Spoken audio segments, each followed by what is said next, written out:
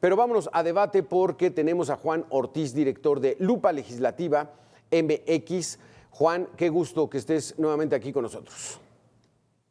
Hola Alberto, muy buenas tardes, ¿cómo estás? A Gracias ver, por la Juan, invitación. pues haciendo corajes, Juan, porque nuestros legisladores entraron el 1 de febrero y ya se van el 30 de abril. Y esta semana tienen mucha prisa. Y en esa prisa, pues pueden cometer algunos errores, ¿no, Juan? A ver, explícanos, ¿cuáles son las iniciativas más importantes que están saliendo ahorita como si fueran bolillos? Efectivamente, este periodo ordinario de sesiones termina el 30 de abril, pero lo quieren terminar lo más pronto entre jueves, mañana y jueves. Y de hecho son muchísimos temas, son decenas de temas los que quieren aprobar justamente. Solamente el día de ayer aprobaron un nuevo Código Nacional de Procedimientos Civiles. Es una reforma muy amplia, son más de mil artículos para impulsar temas como el tema de la justicia digital. También, ya lo habías mencionado, está la reforma en materia para prevenir y sancionar la exportación ilegal de precursores químicos para producción de drogas sintéticas como el fentanilo, pero sin medir, digamos que las consecuencias, porque muchas de estas iniciativas, muchas de estas reformas las presentan sin un análisis debido. Por ejemplo, justamente ahorita, en este mismo momento, están discutiendo el tema de la eliminación del INSABI, y es una iniciativa que la acaban de presentar hace un par de horas. Son más de 100 páginas en la cual pues tratan o aceptan que fue un fracaso el INSABI y ahora quieren dejar todas estas facultades para la salud universal al IMSS y Bienestar, pero ni siquiera les da tiempo de leerlo y ya la están votando en estos mismos momentos. Así es, Juan Ortiz, pero permíteme que le demos la bienvenida a Alejandro Robles, diputado federal de Morena. Alejandro, ¿cómo estás? Gracias por estar aquí con nosotros a debate con Juan Ortiz. Alejandro Robles, ¿hay tanta prisa por sacar esto? ¿Les acaban de entregar la iniciativa de desaparición del INSABI? ¿Les va a dar tiempo de leerla? ¿Ya la pasaron? ¿Hay celeridad preocupante? Sí, hay una celeridad que la pide el pueblo de México. Realmente, efectivamente, el INSABI no funcionó y el IMSS Bienestar es una gran esperanza para muchos pacientes, para mucha gente que nosotros pues estábamos pidiendo, ¿no? Entonces, tenemos unas cuantas horas para que termine este periodo y queremos dejar resueltos estos pendientes, esos temas. Es fundamental la salud universal para nosotros Sí. y vamos a aprobarla en esa seguridad. Esperemos que no haya ningún contratiempo, pero es una definición que tenemos no solo como grupo parlamentario, sino como movimiento político. Exactamente. Juan Ortiz, ¿quisieras hacerle alguna precisión al diputado Alejandro Robles? Les acaban de entregar la iniciativa, si ya la leyeron. Adelante, Juan. Sí, sobre todo temas como el INSABI, porque fue precisamente creado en 2019 para, digamos, atender las presuntas carencias que tuvo el Seguro Popular, pero esta iniciativa les acaba de llegar hace un par de horas. No hemos visto en el debate las implicaciones que pueda tener este cambio, ni qué lecciones sacan de los errores del INSABI, que ahora sí van a cambiar con el IMSS Bienestar. Entonces, no sé cómo en un debate de pocas horas van a lograr dar la confianza al pueblo de México de que ahora sí vamos a tener una salud pública pues de calidad, porque realmente estamos cambiando de sistema en unas cuantas horas. Alejandro Robles, estaba el Seguro Popular que instauró el presidente Fox durante su mandato de 2000 a 2006 y llegó esta nueva administración y dijeron, no, eso no funciona, vamos con el INSABI y ya nos dices que acaba de fracasar. ¿Dónde estamos? Mira, Alberto, el tema fracasa la figura como en sí misma, pero lo que está triunfando y lo que queremos que se cristalice es la salud universal. Juan tiene razón, es poco tiempo en el que lo vamos a aprobar porque llega tarde la iniciativa, pero era una iniciativa ya exigida y reclamada. Necesitamos que aprovechar todo este tema que tiene el Seguro Social. Es una gran institución que trataron de desmantelar en el régimen pasado. Antes del 2018, el Seguro Popular era la vía de la privatización de la salud. Y nosotros queremos que la gente tenga acceso a su tratamiento, a sus medicamentos, sin necesidad de burocracias y de trámites. Es la salud universal, que es la propuesta capital de la Cuarta Transformación.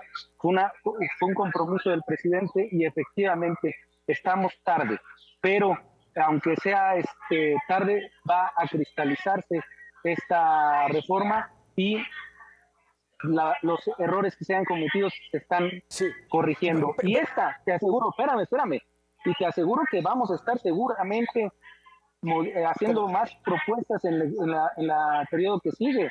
Sí. Entonces no debe ser motivo de inquietud.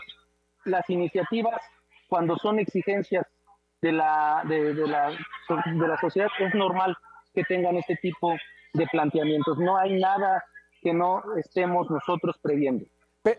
Ya, aquí nada más sería la pregunta, ¿por qué la celeridad para sacar esto antes del día 30? Si todavía pudiera haber tiempo en el próximo periodo. ¿Y qué pasó con el Instituto Nacional del Bienestar, el Instituto de Salud del Bienestar? Se va a traducir precisamente, como lo dice Juan, en lo que vas a conocer, y ya de hecho así está funcionando como el IMSS, bienestar. Nosotros tenemos una urgencia, y es que tenemos que entregar cuentas. El periodo está por terminar y nosotros no vamos a irnos a receso dejando ese pendiente.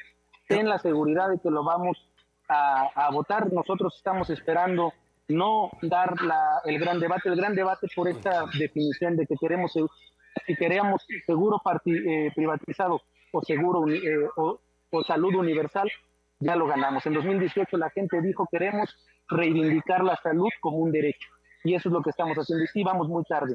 Sí. Lamentamos y ofrecemos una disculpa al pueblo de México por esta demora, pero vamos a aprobar antes de que termine el periodo, así le pese al PRIAN. Juan Ortiz, es una labor noble la que están haciendo los diputados de Morena. Mira, yo creo que como diputados de Morena, Partido del Trabajo y Partido Verde, deben ejercer sus funciones en el sentido de que deben revisar lo que le está mandando al Ejecutivo, porque si realmente quieren ayudar al presidente a cumplir con sus compromisos, pues tienen que revisar que lo que están votando realmente les va a ayudar, porque no es la primera vez que les mandan iniciativas que no leen en su totalidad ni miden sus implicaciones y que después terminan corrigiendo, porque hace unas horas el Senado acaba de aprobar una reforma para corregir una de las partes del Plan B en cuanto al límite de propaganda para estados y municipios. Y el tema del Plan B también es otro caso, porque les llegó en el mismo día, la presentan, en unas horas la votan, en menos de 9 días ya estaba aprobado por el Senado casi en su totalidad. Entonces, ese es el problema que nosotros vemos, que cuando unos aprueban iniciativas así, sin analizar, sin medir consecuencias, pues les terminan corrigiendo la plana o el Senado o la Suprema Corte. Y si realmente quieren apoyar a su presidente, por favor, revisen lo que votan para que ayuden a su presidente, porque si le ayudan al pueblo de México. Es lo mínimo que pedimos. ¿Cómo es la dinámica, Alejandro Robles? ¿Ustedes reciben una iniciativa del Ejecutivo? ¿Y cómo la distribuyen? ¿Cómo la leen? ¿Cómo la discuten? Mira, dame oportunidad. Aquí yo creo que Juan es un observador de la lucha legislativa reciente. Anteriormente se dio una negociación, ¿cómo se hacían las leyes antes? Las resolvían en Bucareli, el Pacto por México. Osorio Chong era quien decía cómo se resolvían las cosas. Hoy sí hay un debate. Juan acaba de compartirnos un ejemplo, el Plan B. Yo te puedo decir que el Plan B no llegó como el presidente de la República lo envió. Hubo debate, hubo discusiones. Yo mismo propuse la reserva por el voto de los mexicanos en el extranjero y se aprobó. Entonces, eso de que los de Morena y los del movimiento de la Cuarta Transformación son unos levantaderos es una mentira. Levantaderos eran precisamente aquellos que ni siquiera en la ventanilla ni la oficialía de partes, incluso salían a votar fuera del recinto porque había tanto repudio popular que no podían ni entrar a Palacio Legislativo. Entonces, aprecio las observaciones muy interesantes de Juan, pero pues son muy recientes. Hay que hacer derecho comparado, hay que hacer historia y ver que realmente hoy vivimos una vigorosa democracia donde lo que dice el presidente no es lo que se le ocurre al presidente, es lo que hay afuera exigiendo la gente y lo que nosotros mismos estamos pidiendo. No creas que nosotros como diputados nada más estamos en nuestras oficinas sentados esperando a que nos llegue una iniciativa. Nosotros estamos pliegue y pliegue a los secretarios, a los funcionarios con qué es lo que está fallando y no, porque a nosotros la gente nos exige resultados. Entonces, aprecio mucho las observaciones, pero están muy reducidas, ¿no? Juan, entonces tu crítica pues es muy elemental, dice el diputado Alejandro Robles. En ningún momento dije que es uno levantaderos. Yo solamente les dije que por favor revisen las iniciativas para ayudar al pueblo de México. Entonces, pues yo, quien rijo lo que son los diputados muy es otra persona. Y aparte, también en unas horas quieren discutir una reforma en materia de derechos y de turismo para darle 80% de los ingresos turísticos al cobro de extranjeros para que vayan a la empresa de turismo de Sedena.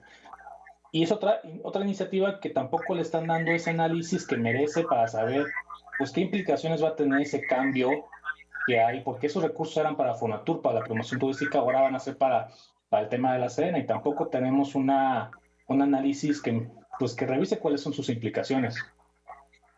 Alejandro, antes de irnos al corte, adelante. Voy a lo mismo. No son iniciativas que se le ocurren al presidente de la República en Palacio. Son reclamos, exigencias.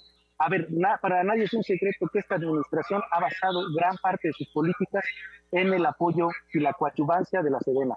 Entonces, la Marina, por ejemplo, todo el sargazo del Caribe, ¿quién crees que lo recogió?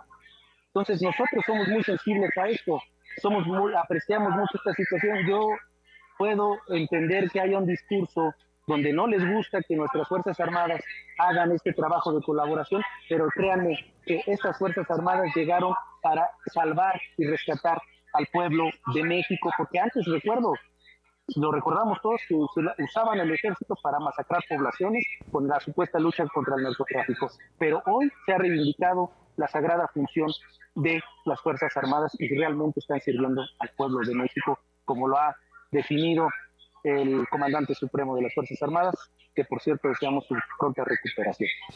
Con este tema regresamos a Alejandro Robles, diputado, Juan Ortiz, director de Lupa Legislativa. Hacemos una pequeña pausa de 2 minutos y volvemos. Alejandro Robles, diputado federal, ustedes aprobaron en su mayoría esta ley minera. ¿Cuáles son los fundamentos principales de ella?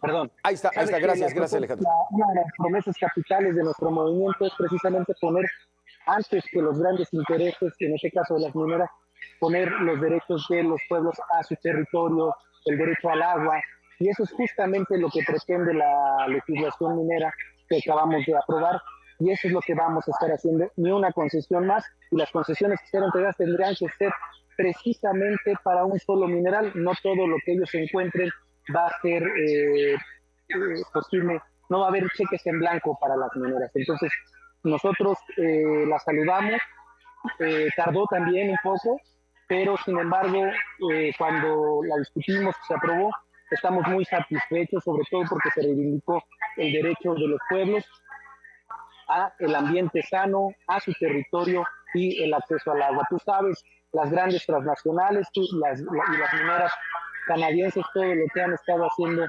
de saqueo a nuestro país, y la gente se ha quedado sin territorio, sin agua y teniendo que ser desplazada. Entonces, eso es lo que pretende, ese es el propósito encomiable de la iniciativa enviada por el presidente, y esperemos que se apruebe y se convierta en ley.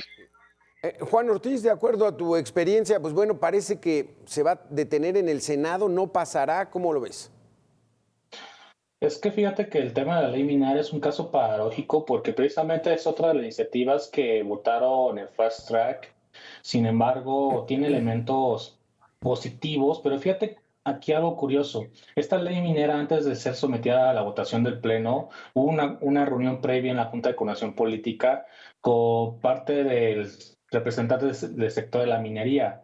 Y a esta ley minera se le hicieron algunos ajustes, que precisamente esos ajustes son motivo de críticas por organizaciones y grupos de izquierda, porque le dio flexibilidad atendiendo estas demandas del sector minero, y yo creo que es pues precisamente porque ahorita está atorado en el Senado, por por ajustarle a lo que propuso el presidente, y por eso está toda allá. Entonces yo creo que por eso es importante que realmente haya un análisis de lo que se está discutiendo y lo que se está aprobando, para evitar precisamente ese tipo de casos en los cuales o se quedan o en el Senado, o los echa para atrás la Suprema Corte, o justamente lo que va a suceder ahorita, que quieren discutir una reforma para concentrar las compras públicas en la Secretaría de la Función Pública, cuando es echarle para atrás una reforma que se aprobó en 2019, que era para concentrarlas en la Secretaría de Hacienda.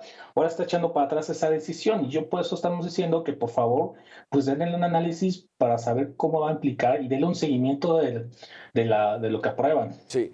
Aquí, Alejandro Robles, esa iniciativa, darle todo el poder a la Secretaría de la Función Pública para hacer las adquisiciones, las compras, los contratos del gobierno federal, pero ¿por qué modificarlo de Hacienda? Platícanos un poco.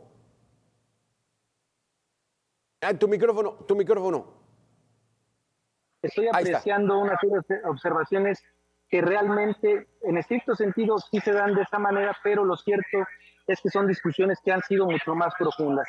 Insisto, ponen el ejemplo que dimos al vaso en la ley minera, no es cierto. Se propuso una nueva iniciativa para sacarla del freno que la tenían en comisión, pero precisamente por ejemplo, el tema de la función pública, la gran reforma administrativa, saben que siempre se ha planteado de parte, uno de los principios obradoristas ha sido las compras consolidadas, que no haya margen mientras reducir los espacios de corrupción, y eso es lo que nosotros estamos peleando, eso es lo que nosotros deseamos, y por eso estamos acompañando estas iniciativas.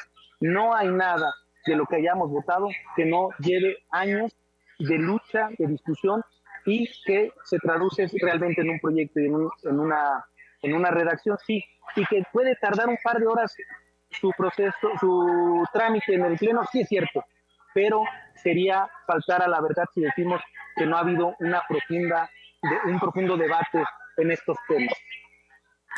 Juan Ortiz, yo me imagino que cuando, como dice Alejandro Robles, el diputado, pues que son luchas de hace muchos años, ¿por qué no se comenzaron a discutir el 1 de febrero? ¿Por qué dejarla los últimos 5 días, Juan? Ya ni eso, porque ya no, ni a principio de febrero. Por ejemplo, estas reformas administrativas, la reforma del INSABI, son cambios profundos en la administración pública federal que se están aplicando ya en el ocaso de este sexenio. ¿Y por qué no se hizo este análisis pues a principios de la otra legislatura? Porque, por ejemplo, de la concentración en la Secretaría Pública Federal es otro reconocimiento a la falla que tuvo en concentrar las compras en la Secretaría de Hacienda, porque precisamente ahí se creó un cuello de botella en la Secretaría de Hacienda, y entre una de sus consecuencias fue como el tema de la compra de medicamentos. Entonces, y quisieron arreglar ese problema en la concentración, en la compra de medicamentos en Hacienda, y trataron de arreglarlo con una reforma a la ley de adquisiciones para hacer licitaciones internacionales. También falló esa reforma de licitar internacionalmente a los medicamentos, y así andan uno tras otro tratando de arreglar los problemas que se están dando a lo largo del sexenio. Alejandro Robles, ¿por qué, como dice Juan Ortiz, esta iniciativa, si tiene ya tantos años, ¿por qué no desde la legislatura anterior o la anterior ya lo pudieron hacer para que el gobierno funcionara como lo está pretendiendo el presidente? Hay debates que llevan décadas, por ejemplo, los temas electorales que tienen que ir revisando cada...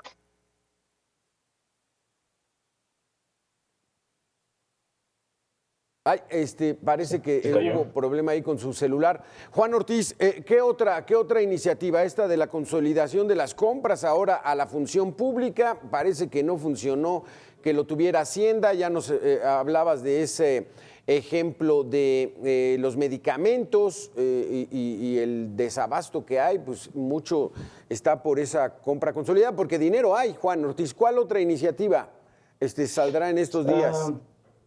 Está la extinción de la financiera rural, lo que se conoce como Banco Rural, Aquí este es parte de entre sus antecedentes es que eliminaron en la extinción de 109 fideicomisos, uno de esos era de la financiera rural y apenas ahorita ya están intentando de eliminar ya la dependencia, pero aquí el tema es también pues todas las iniciativas que las presentan y en unos cuantos días, una cuestión de horas, ya también la quieren aprobar. Y justamente sin analizar de por qué la estamos eliminando y la financiera rural, pues tiene una de estas fallas es que en ese sexenio aumentó la morosidad. Si bien había algunas observaciones durante su funcionamiento desde gobiernos pasados, ese es uno de los detalles que resaltan, porque hoy cuando accede al poder esta nueva fuerza política, la financiera rural creció la morosidad. ¿Qué cambió? ¿No? Y ahora, ¿cuál va a ser el sustituto o cómo le van a hacer? Porque una cosa son las transferencias directas a productores, que podemos estar en acuerdo o desacuerdo, pero los créditos agrícolas es un mundo totalmente diferente porque van para producción fomentarla en medianas y grandes productores. Entonces, ¿cómo van a atender este sector, no? Porque no solamente es con transferencias, también es con crédito. Exactamente. Juan Ortiz, a ver si logramos restablecer la comunicación con Alejandro Robles, diputado federal de Morena, pero todavía tenemos otro espacio para seguir analizando y debatiendo estos temas legislativos. Regresamos en 2 minutos, Juan. Gracias, regresamos aquí a este último espacio, a debate con estos cambios legislativos de última hora en el Congreso de la Unión, tanto en la Cámara de Diputados como de Senadores. Alejandro Robles, ya restablecemos comunicación contigo. En estos momentos, ¿qué se está discutiendo y cuáles son los pendientes? ¿Trabajarán hasta el domingo? Vamos a trabajar hasta donde nos alcance. Mira, si estamos trabajando a tambor batiente es precisamente porque muchas comisiones la oposición trató de dormir, algunas otras pues fueron perfeccionando la iniciativa y finalmente es la iniciativa de la Presidencia de la República la que recoge los consensos. Entonces es imposible decir que un solo factor, son muchos factores, pero en general te puedo decir que la oposición donde pudo obstruirnos en comisiones es lo que nos tiene en estos momentos, pues como dicen en mi pueblo, pariendo chayotes. Pero vamos a sacar las más importantes. Queda pendiente, por ejemplo, temas fundamentales para nosotros, que es el tema de la migración, el tema del Tribunal Electoral. El Tribunal Electoral creo que es un despropósito que hayan acabado con esta iniciativa que se planteó con un discurso falso, por cierto. El discurso del Tribunal Electoral tiene que ver que el Tribunal Electoral sea realmente un tribunal electoral y no una corte constitucional como ha venido trabajando. Bajo esta consideración que sus resoluciones son inatacables, pues ha tenido una intromisión que prácticamente la ha convertido en otro grupo parlamentario y, por cierto, incuestionable. Entonces, son temas fundamentales que ya no vamos a poder sacar en esta ni siquiera legislando hasta el último segundo del periodo. Entonces, vamos a trabajar lo que sigue y yo creo que si hay temas como este que ameriten un extraordinario, le vamos a pedir al coordinador que presione y saque un extraordinario porque no podemos estar en función de los tiempos de la oposición. La oposición le está metiendo freno a todos estos cambios que implica y por eso el presidente de la República ha dicho, si detuvieron la reforma electoral, si detuvieron el plan B, viene el plan C, que va a ser precisamente el triunfo de Delfina en el Estado de México y el triunfo y la conquista de las 2/3 partes en el 2024, porque eso es lo que está pasando. Si tú me dices por qué están legislando en las rodillas de último minuto, no es así.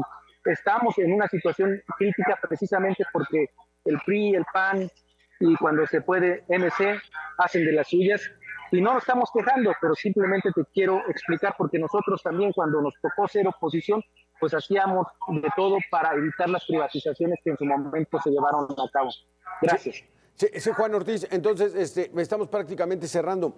Aquí la observación que haces es de que, pues bueno, al menos se lean las iniciativas y saber qué es lo que están aprobando. Sí, sobre todo para ayudar al presidente de la República a cumplir con lo que está prometiendo, porque realmente yo creo que coincidimos en principios como que haya salud universal, que se respete el medio ambiente, que las personas tengan un empleo, que su calidad de vida mejore, pero yo creo que un papel de los diputados del mismo poder, yo creo que debe ser revisar lo que les manda el presidente y pues cuidar que sí cumplan, ¿no? Y evitar que se queden atoradas, que se las regrese el Senado, que se las rechace la Suprema Corte. Y también yo creo que debemos superar el tema de la oposición, porque Morena ha recibido apoyo de PAN, de PRI, de MC, por ejemplo, la ley minera. Recibió apoyo de MC para sacarla adelante. La reforma del Tribunal Electoral recibió apoyo del PRI. Quedó ahí atorada por algunos temas, pero pues recibió apoyo de los priistas. Yo creo que debemos dejar ese mundo de blanco y negro y ver que también hay coincidencias con las otras fracciones políticas. Y yo creo que ya agregando el tema de qué pendientes hay, están los nombramientos. Por ejemplo, la Lelina que habían mencionado, ya va a cumplir un año el Senado que no cumple con la Constitución de nombrar a 2 comisionados y ya lleva varias semanas el tercer comisionado que hace falta. Y aparte de eso, hay decenas de nombramientos en diferentes entidades federales y representación en los estados que tampoco tienen los nombramientos y está en falta el Senado y yo creo que para la debida operación de estos órganos autónomos pues deben ser la designación de sus titulares en los plenos. Exactamente. Alejandro Robles, pues bueno, ya nos dijiste que si es necesario trabajarán hasta el próximo domingo, que es 30 de abril, termina esta legislatura, pero sí, como dice Juan Ortiz, leyendo las iniciativas y fortaleciéndolas es más difícil que las bloqueen, porque las han echado para atrás o en el Senado o en la Suprema Corte, Alejandro.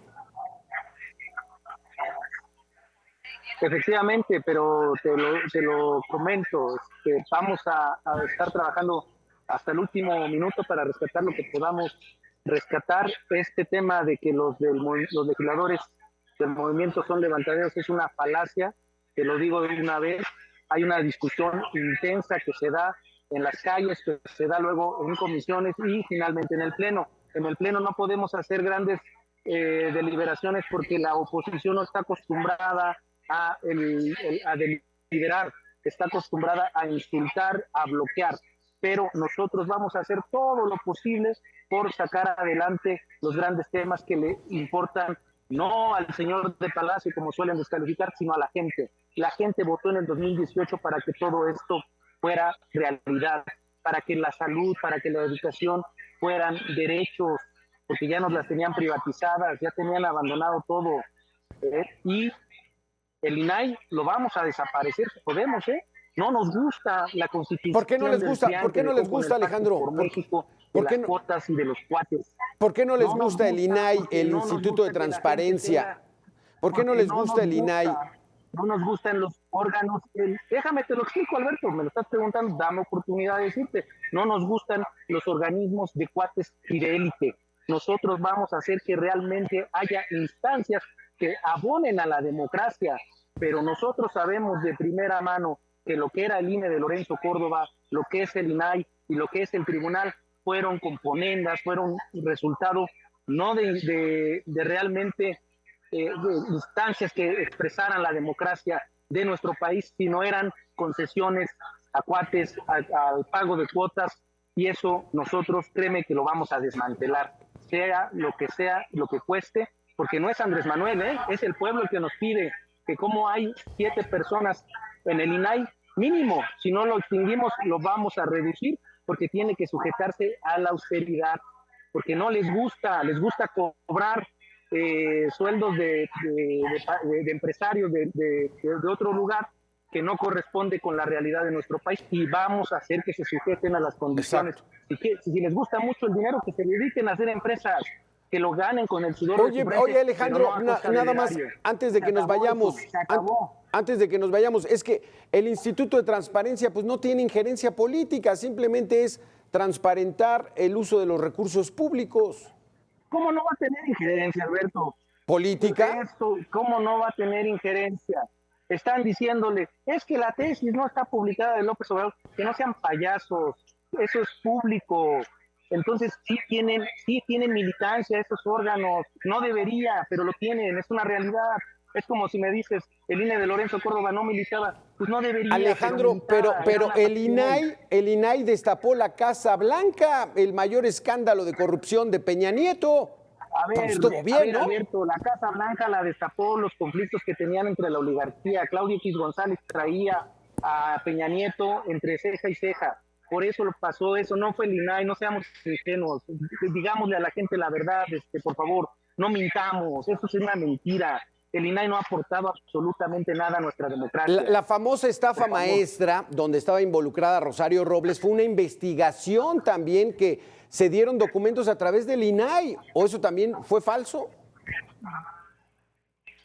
Mira, yo te insisto, vamos, es como tú me dices, la elección del 2018 la organizó el INE. Pues sí, tiene que hacerlo. No, estamos hablando del INAI, no del INE. No somos. A ver, dame oportunidad, te estoy diciendo, sí tienen que cumplir una función, sí, pero son órganos e instancias militantes.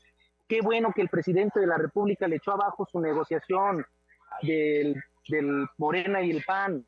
No se vale eso, la gente no quiere eso.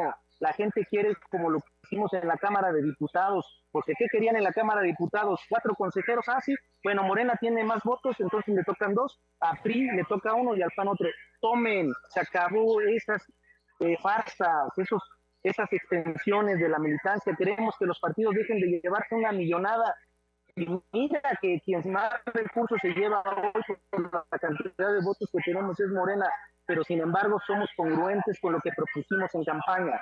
De eso se trata, y por eso el INAI, al menos yo lo que voy a plantear, te lo anticipo, es que se reduzca su número, al menos a 5, si no es que a 3, y que sean seleccionados vía tómbola, y nada de que sean con algún condicionados a un grado académico. Si son doctores maestros, qué bueno, pero si hay alguien que ha contribuido a la democracia y no tiene la licenciatura y viene de alguna situación de adversidad, pero ha contribuido a la lucha democrática, qué buen comisionado podrá ser.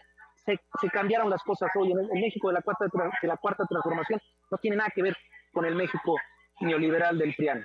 Muchísimas gracias, Alejandro Robles. Muchísimas gracias, Juan Ortiz, por haber estado con nosotros. Muy interesantes sus conceptos para que la gente vea perfectamente cuáles son las perspectivas que tienen grupos en el país. Gracias a los dos por haber estado con nosotros. Muchas gracias, Alberto. Pero no es austeridad, es control. control. Mucho la oportunidad, Alberto. Un abrazo, Juan. El secuestro de Banamex equivale a 15 veces el presupuesto del INAI. Gracias.